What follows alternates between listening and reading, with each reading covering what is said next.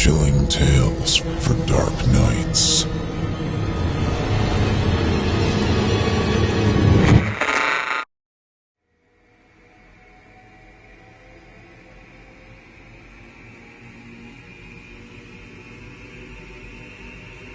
The Saints Beneath the Floorboards.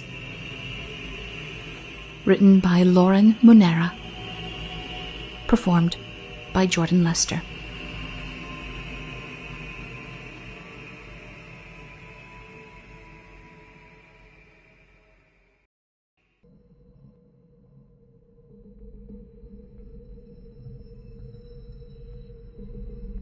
I've recently acquired my late grandmother's home.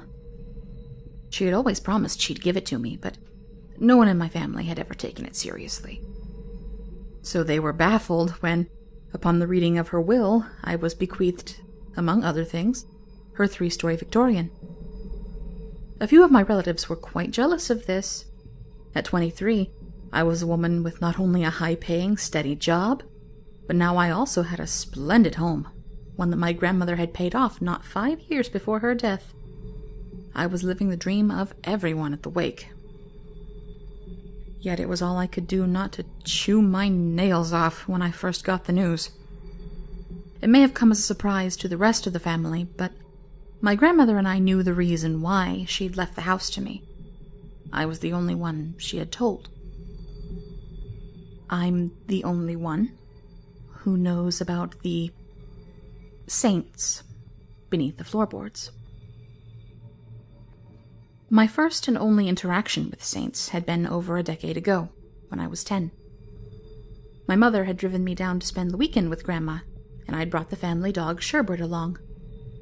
Grandma's house was an hour from ours, and somewhat isolated. Her nearest neighbors were about half a mile away.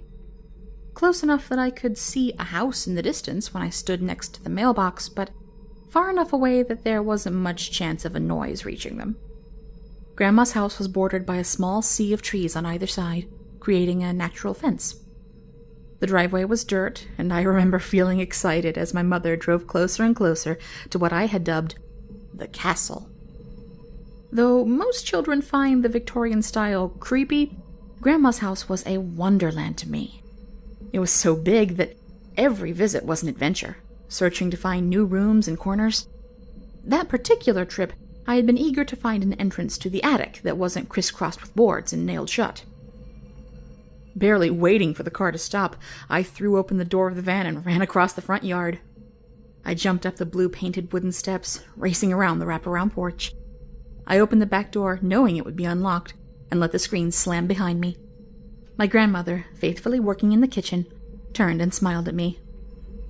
"You always know just where I am," she chuckled, kneeling down. "Grandma!" I shrieked joyously, running into her arms. "Cookies, right? Cookies?" "Of course," Grandma said, leaning back and patting my shoulders. "Lemon sugar cookies. Your favorite. And a nice way to welcome summer." "Courtney!" my mother sighed from the back door, entering the kitchen. Sherbert followed behind her, trotting over to my side. "You shouldn't run ahead. It's dangerous. This house is very old." "Ridiculous," my grandmother scoffed. "I've kept it in good repair. It'll be standing another 100 years at this rate." "Regardless," my mother insisted, "she should be more careful. She's been getting into trouble lately." "Mom," I protested, sidling up next to Grandma. "What, you thought you could escape it here?" my mother asked, smiling a little. "It isn't ladylike to be breaking into abandoned houses with your friends." "We're exploring," I said. "You make it sound so bad."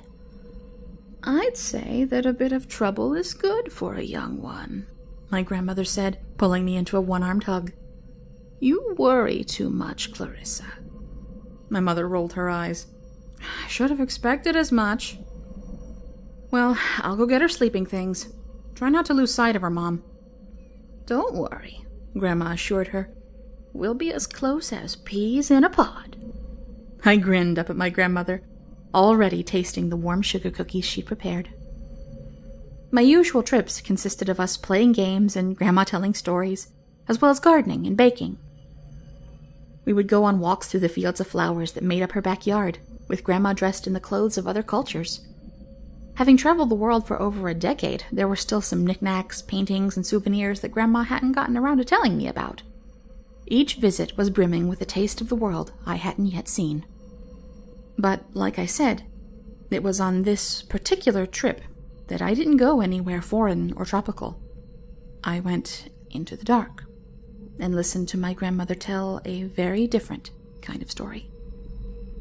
You know how in horror movies, the dog knows what's happening long before any of the main characters do? My dog wasn't like that. The next afternoon, I discovered an old dumbwaiter made before Grandma's husband bought the place.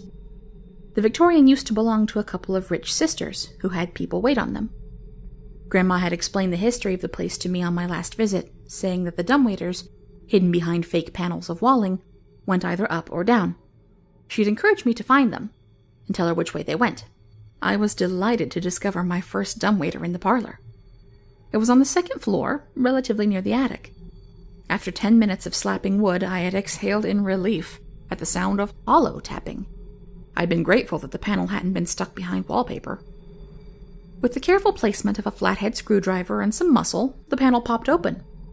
I coughed the musty smell, waving away the dust as I judged the hole. It wasn't big enough for much more than a dinner platter and a glass of wine. There wasn't a chance of me fitting in there. But one border collie puppy? That was certainly doable. I had been hopeful that Sherbert, despite his size, would be able to knock the panel out from wherever he ended up and give me an idea of the space.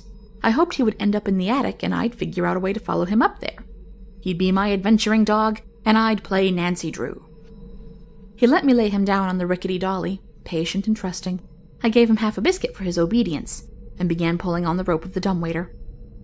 I was disappointed when Sherbert began going down, but kept at it, determined to see the mystery through. He never made a single noise. It took a while for the dumbwaiter to stop, from a kid's perspective. When it finally did, I called out Sherbert's name excitedly, expecting him to bark back. At the silence that followed, I jostled the line of the dumbwaiter, feeling the cable wobble all the way down. This time, I was rewarded with a noise. Hissing, and a skittering sound like claws. Thinking that Sherbert was dealing with squirrels, I began pulling the dumbwaiter up as fast as I could, assuring him that he was being a good boy. When the dumbwaiter finally reached the top, my heart sank, as Sherbert wasn't wagging his tail at me. He wasn't jumping out of the dumbwaiter, running to get outside into the fresh air. He was perfectly still. I grabbed Sherbert's limp body and pulled him onto the floor, patting him down for injuries and waiting for him to move. Maybe he was just dazed. Maybe the sudden darkness had made it hard for his brain to react and adjust to the reintroduction of light. I started screaming when I realized that my hands were coming away red. Footsteps slammed against the floorboards, overpowering my screams. My grandmother was suddenly kneeling beside me, demanding what was wrong, what had hurt me, whose blood that was. Sherbert! I sobbed, turning numb. I pressed my hands against his coat. Sherbert! A little sigh left Grandma's lips. Later, I would realize it was a sigh of relief. That dumbwaiter goes down, then. She turned her attention to the dog, a mess of bitten-into flesh, fur, and blood. I watched as she pulled the corpse toward her. Grandma? I squeaked. Oh no, this won't do, Grandma murmured. She dug her fingers into the large holes in Sherbert's body, pulling out chips of black and yellow. She tossed them on the floor with contempt, splattering the floor with flecks of red. Coal and fool's gold, she tisked. That won't do. They don't like dogs. Grandma, we gotta get him to the vet, I screamed, desperate. There's nothing to be done, Grandma said soothingly, pushing my hair back as I cried. The Saints took a bite out of him. Saints? I warbled. I wiped my nose and flinched, the smell of iron filling my senses. In the basement, she murmured. They eat things and give you jewels. They ate babies that nobody wanted. Do you know what a miscarriage is? I nodded, confusion masking the fear and loss. Mrs. Daniels had one. They eat those too, Grandma said. They like people, not dogs. I only ever gave them the people that nobody wanted.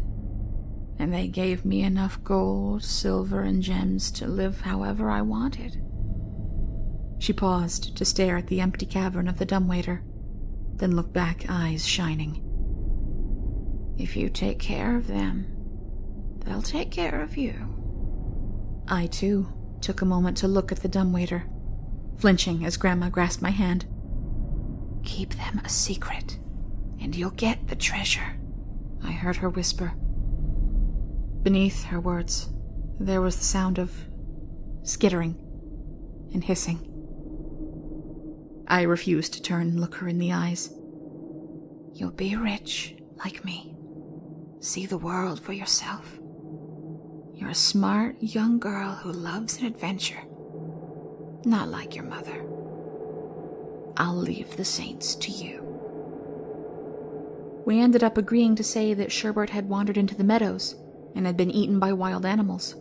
The forest around Grandma's house was not unknown for its wolves and bears. Grandma's husband had actually met the very same fate decades earlier. My mother and father accepted the news without question, grieving and reminding me to grieve as well. I had left my tears on the wooden floors, though, beside the blood and gold. On any subsequent visits to Grandma's house, I didn't run to meet her. Mom took it as a sign that I was maturing and heeding her advice. Throughout the years, my grandmother winked at me every now and again, reminding me that we shared a secret. We never spoke of the Saints aloud, and I tried to purge them from my memory. But it was hard. Whenever I stared at all the beautiful things in her house, I could just imagine the paintings, teapots, and statues, all streaked with red. The blood of babies, of people that the world didn't want. When I got the news that Grandma had passed, my first instinct was to grab a can of kerosene and light the Victorian from the basement up. Grandma's will was read a day before the viewing. Though it had sickened my stomach to hear her promise to me had been kept, I'll admit I thought, at least it'll be easier to set my own house on fire. The viewing, held in Grandma's home, seemed a little too well planned to my biased eyes to give me the house and then force me to walk through its halls, mingling with people and imagining myself in such splendor. Grandma really had kept it in wonderful condition. And even though her rarer worldly items would be donated to local museums and charities, there was still a fair amount of furniture and accents that would become mine were I to accept. An Easter egg to begin your own personal house of fortune, the woman in the casket had told me one night over cocoa. I never told her that I wanted the Saints. I never said that I wanted riches. But I guess something had slipped through. Something that even I hadn't noticed in my own self-reflections over the years. Maybe it was a family trait that had skipped a generation. Maybe it was simple curiosity that inspired me to cut off a few of Grandma's fingers when everyone went to toast her memory in the kitchen. She had ordered her body to be presented in the parlor on the second floor, right beside the false panel. A truly insidious woman my grandmother had been. The dumbwaiter was clean this time. It went down smoothly on a well-oiled track. I felt the impact of the dolly hitting the floor and waited. This time, the hissing sounded more like singing, like laughter. I pulled up the dumbwaiter to find that my grandmother's words had been true. They definitely prefer people over dogs. Whatever it is beneath the floorboards in this old Victorian, they certainly make beautiful work of ugly things, like a caterpillar into a butterfly. At the reading of the will, along with the deed, I was given a map of the house. Certain rooms had red X's over them, and there was an accompanying written log of the specific location of each X. My family members had been confused, but I knew a treasure map when I saw one. And I know what false paneling sounds like when I hear it. I have everything I need to be a self-made woman, just like my grandmother had been. As I turn the rubies over in my hand, watching them catch the light, I feel a smile cross my face. I know of a rundown neighborhood not 10 miles away. There are people in it who could use my services. No matter the decade, there are always people who can use the help of saints.